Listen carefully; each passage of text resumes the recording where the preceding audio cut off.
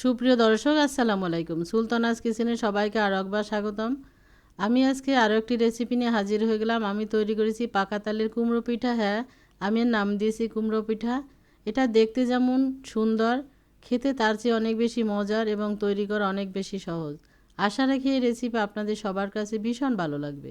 যাদের কাছে ভালো লাগবে একটা লাইক দিয়ে দিবেন, সবার সাথে শেয়ার করে দিবেন, পাশে থাকা বেল বাটনটি ক্লিক করে দিবেন। তাহলে আমি যখন কোনো নতুন ভিডিও আপলোড দেবো সবার আগে আপনার কাছে পৌঁছে যাবে।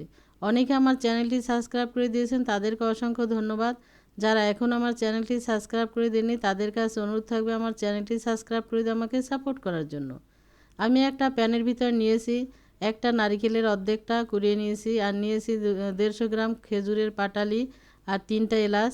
এবার চুলাটা অন করে দিব, এরপরে নারিকেলটা রান্না করে নেব।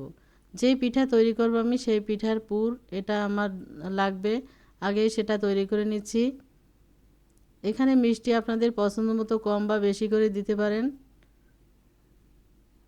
আর গুড় যদি না থাকে তাহলে চিনি দিয়েও করা যাবে।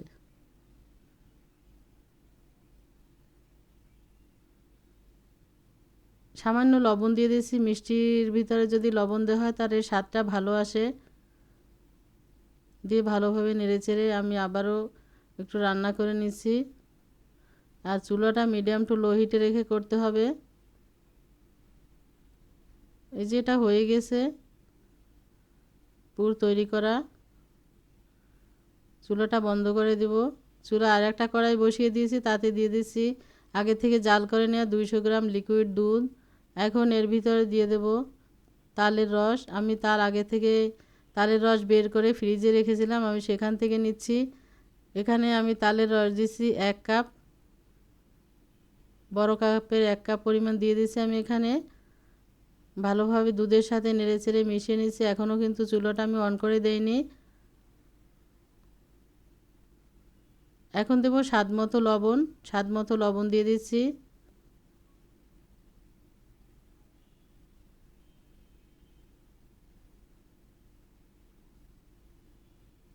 যখন এই যে তালের রস এটা বলক আসবে তখন আমি চালের গুঁড়ো দিয়ে দেব। এই যে বলক এসেছে, এখন চালের গুঁড়ো দেব। 2 কাপ চালের গুঁড়ো দেব আমি, ভরা ভরা 2 কাপ। অল্প অল্প করে মিশিয়ে নিচ্ছি আমি। এই যে এবার চুলাটা কিন্তু হাই হিটে নেই, চুলাটা মিডিয়াম টু লো হিটে রেখে আমি এই গুঁড়ো তালের সাথে মিশিয়ে নিচ্ছি।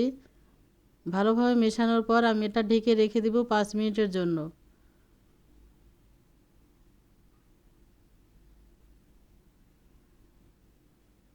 ঢেকে রেখে দিচ্ছি এখন।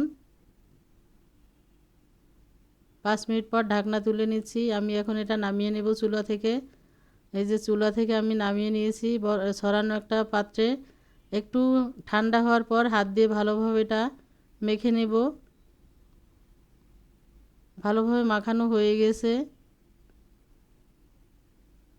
এখান থেকে অল্প অল্প ডো নিয়ে আমি পিঠাগুলো তৈরি করে নেব। এই পাত্রে পিঠাটা রাখবো, তাতে আমি ঘি মাখিয়ে নিচ্ছি আগে থেকেই। অল্প পরিমাণে ডো নিয়ে আমি আবারও মেখে নিচ্ছি।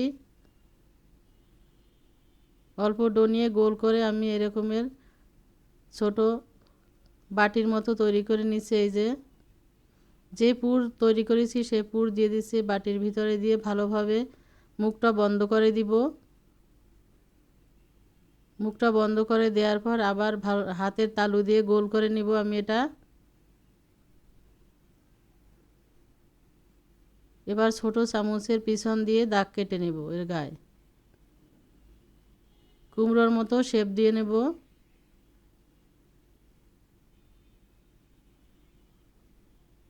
একটা হয়ে গেল পিঠা। আমি আরও একটা তৈরি করে দেখাচ্ছি। আবার অল্প পরিমাণে ডো নিয়েছি, নিয়ে হাতে তালু দিয়ে গোল করে বল তৈরি করে নিব। এরপরে বাটির মতো তৈরি করে দিব। তারপরে যে নারকেলের পুর নিয়েছি তৈরি করে সেই পুর দেব এর ভিতরে, দিয়ে মুখটা সিল করে দিতে হবে।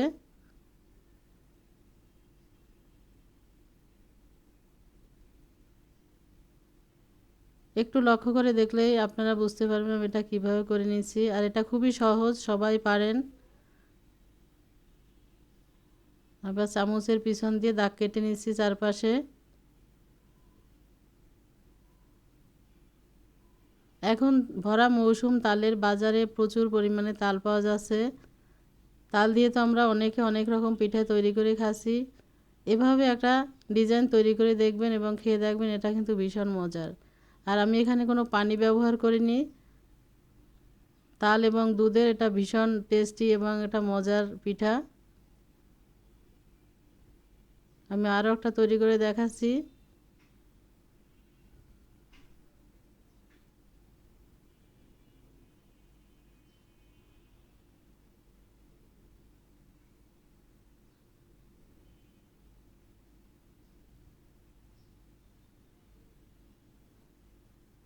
এভাবেই সব পিঠাগুলো আমি তৈরি করে নিয়েছি।